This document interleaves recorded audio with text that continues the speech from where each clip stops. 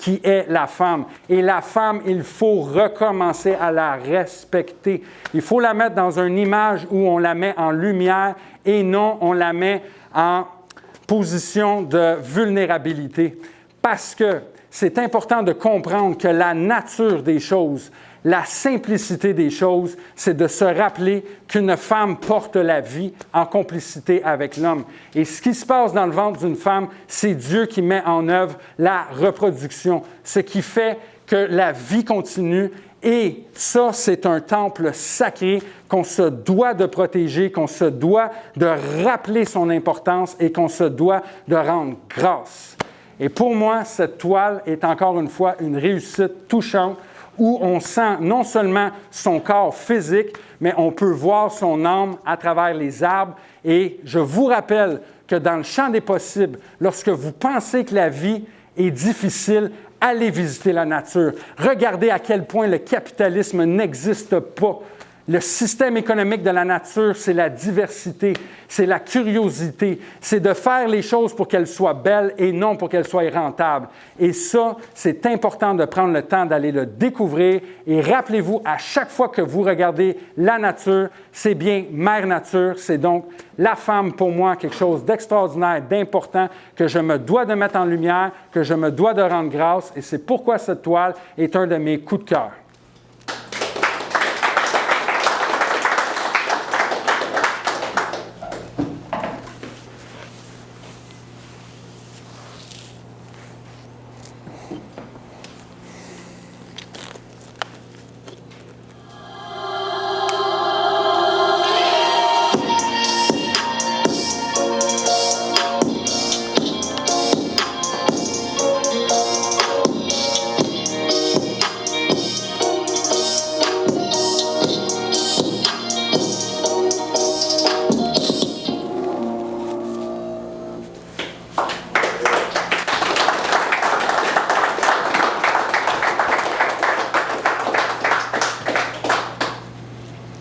Protège ta flamme. Protège ta flamme, c'est une œuvre que j'ai réalisée alors qu'il nous restait 1 mois avant notre combat. C'était quoi la date, 16 mars? Non, c'était 16, je pense. En tout cas, je ne suis pas dyslexique, là, mais on va dire le 16,5 mars. À 1 mois avant notre combat, mon état mental était solidifié comme jamais. J'étais dans une bulle de détermination incomparable, de savoir que j'allais inviter autant de personnes à me regarder monter sur un ring, un espace où nul autre que personne ne peut sortir. Lorsque ça n'a pas sonné la cloche, il y aura un gagnant et c'était moi le gagnant. J'avais visualisé, revécu constamment le moment. Notre coach, Schiller, nous rappelait constamment « sharp, sharp, sharp ». Et c'est pourquoi qu'1 mois avant le combat, j'étais même artistiquement dans un mode « sharp ». Tout était concentré sur ce fameux soir. Chaque chose que je faisais, ma détermination était ancrée sur la manière que je me brosse les dents, c'est de la manière que je vais protéger ma mâchoire. De la manière que je me déplace pour aller chercher une canne de conserve, c'est de la manière que je vais donner un jab. De la manière que je lève mon bras pour aller descendre la fenêtre, c'est de la manière que je vais donner un uppercut.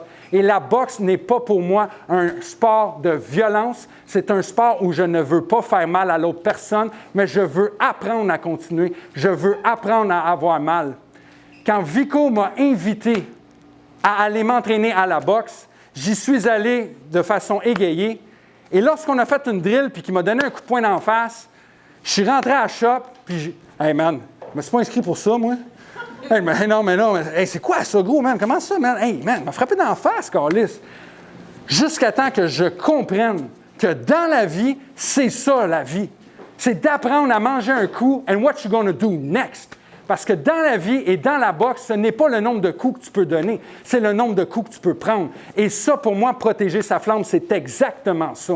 On vit dans un monde où la négativité veut nous bombarder. Elle est programmée pour rentrer, pénétrer et détruire tout ce que tu as comme flamme à l'intérieur.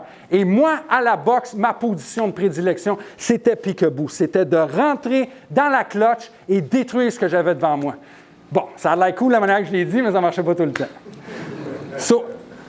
En bref, Je vous rappelle que mon combat de boxe d'une préparation militaire, d'une préparation incomparable pour moi dans ma vie, a été annulé à 4 jours de sa prestation. C'était notre dernier entraînement, ou presque. Nous avions 3 jours de congé avant ce fameux